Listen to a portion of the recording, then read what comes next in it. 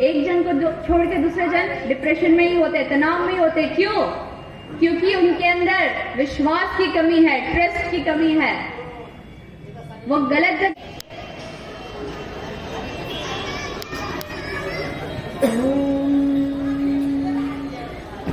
पहले हम जयकारा करेंगे। आप सभी लोग खाए पिए तरीके से जयकारा करिएगा, ठीक है? ओम श्री रिद्धि सिद्धि सहित गणेश भगवान की, श्री उमा महेश्वर भगवान की, श्री सीताराम भगवान की, श्री राधा कृष्ण भगवान की, माता पिता भगवान की, सद्गुरुदेव भगवान की, सत्य सनातन धर्म की जय। जय श्री राधे श्याम। परब्रह्म परम मंगलमय अकारण करुणा वरुणालय चराचर अखिल ब्रह्मांड व्याप्त हम सबके हृदय रूपी आसन पर विराजमान कर्तुम अकर्तुम अन्यथा कर्तुम सर्व सामर्थ्य ईश्वर पीताम्बरधारी श्री बालकृष्ण लाल को हम सभी लोग नमन करते हुए आइए मन और वाणी को शुद्ध करने के लिए संकीर्तन का सहायता लेते हैं। उसके बाद आप सभी को मैं संपूर्ण शास्त्रों का सार बताने जाऊंगी। आइए मीठी मीठी तालियों के साथ, और आप सभी लोग भी पीछे पीछे संकीर्तन करिएगा। राधे कृष्ण कृष्ण कृष्ण राधे राधे, राधे कृष्ण कृष्ण कृष्ण राधे राधे, राधे श्याम श्याम श्याम राधे राधे, राधे कृष्ण राधे कृष्ण। इस पावन भूमि जहाँ पर ऐसा कहा जाता है कि बाबा भोलेनाथ के त्रिशूल में टिका है काशी विश्वनाथ, सभी ने सुना होगा, सुना है कि नहीं? अरे जोर से रिप्लाई दीजिए, सुना है ना? अब ऐसे पावन भूमि में हम सभी लोग विराजमान होकर, और नेपाली संस्कृति परिषद का ये संग मिलन है। सभी लोग गेट टुगेदर हो रहे हैं, आपस में मिल रहे हैं, अपनी संस्कृति को बता रहे हैं। हमारी संस्कृति क्या है? हिंदू सनातन धर्म है हमारा। तो उसी की शाखा है नेपाल भी। नेपाल में भी वही हिंदू सनातन धर्म ही चलता है, जो कि आजकल विभाजित हो गया है। आजकल सारे धर्म वहां पर भी स्थापना हो चुके हैं, लेकिन पहले के जमाने में खाली वहां पर हिंदू सनातन धर्म ही था। तो जैसे कि मैंने आप सभी को कहा था कि मैं आप लोग को संपूर्ण शास्त्र का सार बताऊंगी। अब आप एक बात बताइए, आजकल के जमाने में सबसे ज्यादा क्या है? क्या आप सभी लोग के अंदर क्या दिखता है? स्ट्रेस, डिप्रेशन, तनाव में है सभी लोग, है कि नहीं? एक जन को छोड़ के दूसरे जन डिप्रेशन में ही होते, तनाव में ही होते। क्यों? क्योंकि उनके अंदर विश्वास की कमी है, ट्रस्ट की कमी है। वो गलत जगह आशा लगा लेते हैं। अब विश्वास की कमी है कहना भी गलत है, क्योंकि वो तो हर किसी पर विश्वास करते हुए घूम रहे हैं, विश्वास कर रहे हैं, धोखा मिल रहा है, इसलिए वो डिप्रेशन में है, स्ट्रेस में है, तनाव में है। तो किस पे विश्वास करे, किस पे आस लगाए? तो बोले आशा एक राम जी से दूजी आशा छोड़ दे, नाता एक राम जी से दूजी नाता तोड़ दे। किस पे आस लगाना है? राम जी पे, प्रभु पे, भगवान पे लगाते हैं हम। लेकिन कब? हम सभी लोग भी द्रौपदी के जैसे हैं। द्रौपदी जी ने पूरी सभा में पहले अपने गुरुजनों को देखा, अपने से जो बड़े उनके पिताजी हैं, उनके जो ससुर जी है, सभी को देखा कि ये लोग मेरी सहायता करेंगे। उनको पुकार लगाई कि आप मेरी सहायता करिए, आप लोग क्यों देख रहे हो खाली ऐसे। फिर सोचा इनसे भी कुछ नहीं होगा। फिर अपने पतियों की ओर निहारा, पतियों ने भी मुंडी झुका ली। फिर सोची मैं भी एक वीर पुत्री हूं, मैं अकेली ही लड़ सकती हूं। फिर खुद का बल भी दिखा लिया। फिर अंत समय में कुछ भी हाथ नहीं लगा, तब जाके उन्होंने प्रभु को याद की। जब उन्होंने प्रभु को याद किया तब 1 सेकंड नहीं लगी प्रभु को उनकी मदद करने में, तुरंत ऑन द स्पॉट। लेकिन हम लोग भी उन्हीं की तरह गलती करते हैं। पहले हम सोचते हैं हम खुद संभाल लेंगे, हम नहीं संभाल पाए तो कोई ना कोई सपोर्ट कर लेगा। करते कि नहीं? किया अभिमान तो फिर मान नहीं पाएगा, होगा प्यार वही जो श्री राम जी को भाएगा, होगा प्यार वही जो श्री राम जी को भाएगा। किया अभिमान तो फिर मान नहीं पाएगा। जो लोग अभिमान करते ना, मैं मेरा, हम लोग कर लेंगे, हम ही कर रहे हैं, हमारे अलावा ये कार्यक्रम नहीं चलेगा, या फिर हमारे अलावा तुम ऐसा नहीं कर सकते, ये अभिमान जो करते हैं ना, उनका अभिमान चकनाचूर हो जाता है। मान की कमी हो जाएगी, मान की हानि हो जाएगी, क्योंकि होगा प्यारे वही जो श्री राम जी को भाएगा। भगवान श्री राम की जो इच्छा होगी वही होगा। तो कहीं अपमान मिले तो समझो प्रभु की इच्छा थी, इसमें कुछ ना कुछ हमारा भला ही होगा। जो होता है अच्छे के लिए होता है। कहीं पे सम्मान मिल गया तो समझो अच्छे के लिए ही हुआ है। नौकरी भी छूट जाए ना 3-3 महीनों के लिए भी, तो भी समझना कुछ अच्छे के लिए ही हुआ है। स्टोरी भी बोल सकती थी, लेकिन अभी मैं यहाँ पे आपको दृष्टांत नहीं दूंगी, समय की पाबंदी है।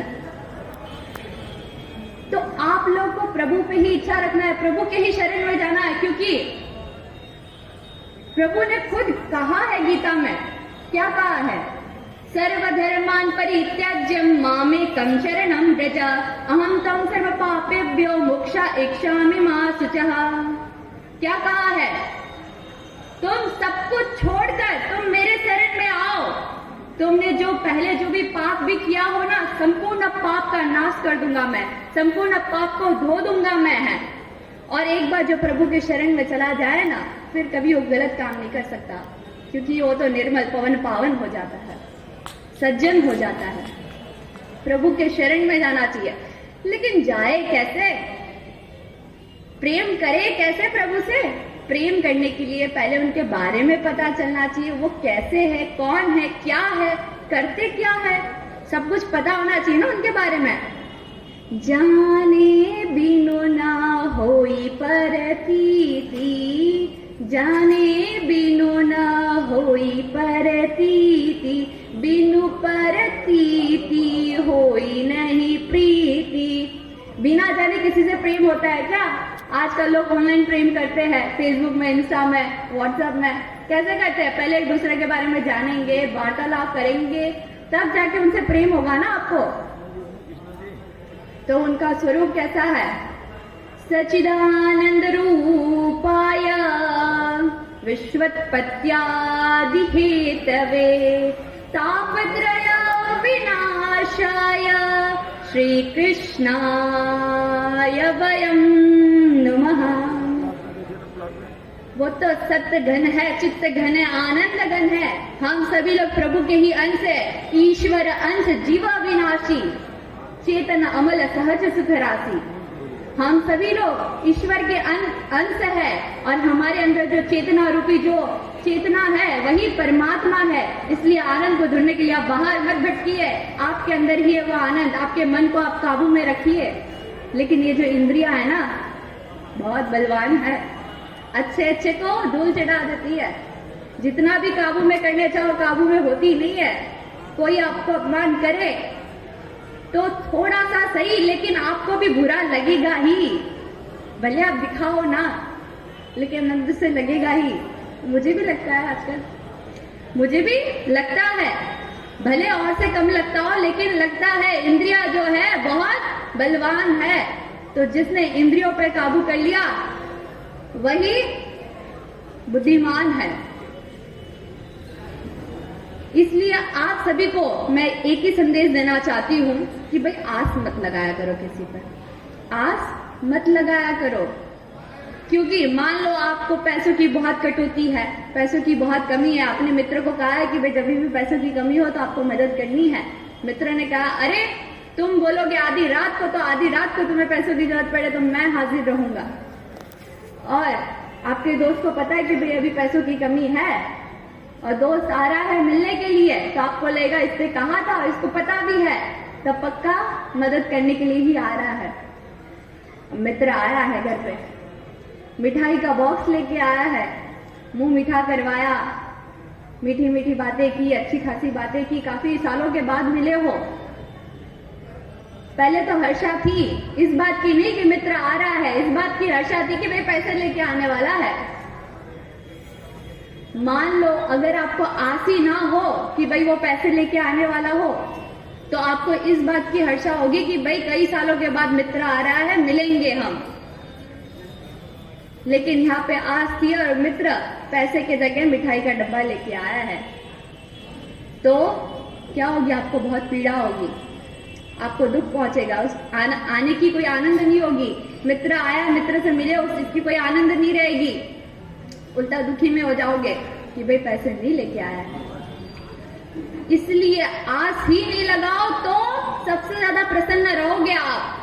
जो करेंगे वो करेंगे, जो उनको सही लगेगा वही होगा, क्योंकि वो जो चाहेंगे वही होगा। हम सब तो उनकी कठपुतलियां हैं, है कि नहीं? कौन कौन मानता है? सभी मानते हैं। अभी कुछ लोग को शंका है कि नहीं है? किस किस को कंफर्म पता है कि भाई हम सभी के अंदर प्रभु आनंद स्वरूप विराजमान है? किस किस को पता है? अभी भी कुछ कुछ को शंका है। किसको पता है कि प्रभु ही हमारे अंदर चेतना स्वरूप प्रविष्ट है? किस किस को पता है? हाथ ऊपर करे। अभी भी शंका है। यहाँ पीछे के लोग सुन रहे हैं कि नहीं सुन रहे हैं? आप लोग को मेरी आवाज आ रही है? राधे राधे, राधे राधे। आवाज आ रही है?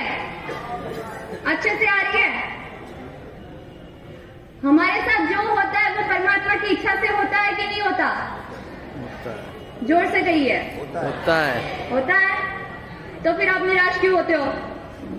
फिर आप दुखी क्यों होते हो?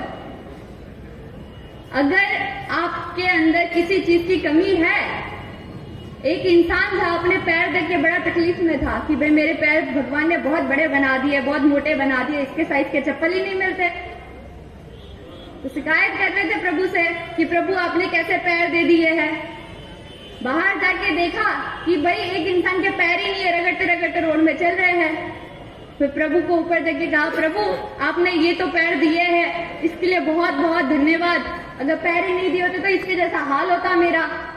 इसलिए जब भी आपको लगे कि हम हार रहे हैं तो अपने से नीचे वाले लोगों को देखो। कभी भी आपको लग रहा है कि हम जीत रहे हैं तो अपने से ऊपर वाले को देखो। निरंजन में रहोगे, ना हर्षा से फूलोगे, ना दुखी के मारे डिप्रेशन में जाओगे। सही बात है? जो मैं सिखाने के लिए यहाँ पे बोल रही हूँ, आप लोग का टाइम ले रही हूँ, इतना कीमती समय ले रही हूँ, क्या वो आप लोग सीख चुके, समझ चुके, अपने जीवन में उतारोगे वो चीज? कौन कौन उतारेंगे? सब उतारेंगे। कुछ लोग तो अभी भी नहीं उतारेंगे लग रहा है। या मैं और बोलूं, आप चाहते हो कि मैं आपका और समय लूं, या तो कह दो कि भी हम उतारेंगे अपने जीवन में। कौन कौन उतारेंगे? सब। अभी भी शंका है पीछे वालों को। राधे राधे। राधे राधे। तो आप सभी को प्रभु का शरण को ग्रहण करना है, और ऐसे ही नहीं, आपको उनके प्रति आपको प्रेम नहीं होगा ऐसे ही, आपको सुनना पड़ेगा। श्रवणम कीर्तनम विष्णु स्मरणम पाद सेवनम अर्चनम वंदनम दास्यम सख्या आत्म निवेदनम। पहले सुनो, क्योंकि बिना सुने आपको किसी से प्रेम हो ही नहीं सकता। आपको उनके बारे में सुनना पड़ेगा। आजकल तो मोबाइल है, यूट्यूब में आप कथाएं सुन सकते हो, आप चाहो तो मेरी भी कथा सुन सकते हो। एस्ट्रो भवानी उपाध्याय करके सर्च कर सकते हो। ठीक है, उसके अंदर आपको ये कथा मिल जाएगी। नहीं तो एक से बढ़कर एक कथाकार है, आप उनकी कथा सुनिए। प्रेम अवश्य होगा, जब प्रेम होगा तभी आप उनके दास बनोगे, तभी आप उनका अर्चना करोगे, वंदना करोगे। बाद में तो धीरे धीरे आपको मूर्तियों की भी जरूरत नहीं पड़ेगी। मूर्तियों को देख के हमें आभास होता है कि हाँ भाई प्रभु भी है, भगवान भी है, माथा टेक लो, नमन कर लो, फिर तो आपको सभी के अंदर परमात्मा का दर्शन होगा। चलिए मैं अपने वाणी को यहीं पे पूर्ण विराम देना चाहूंगी। सभी को श्री राधे श्री राधे राधे राधे राधे राधे राधे राधे राधे राधे राधे राधे।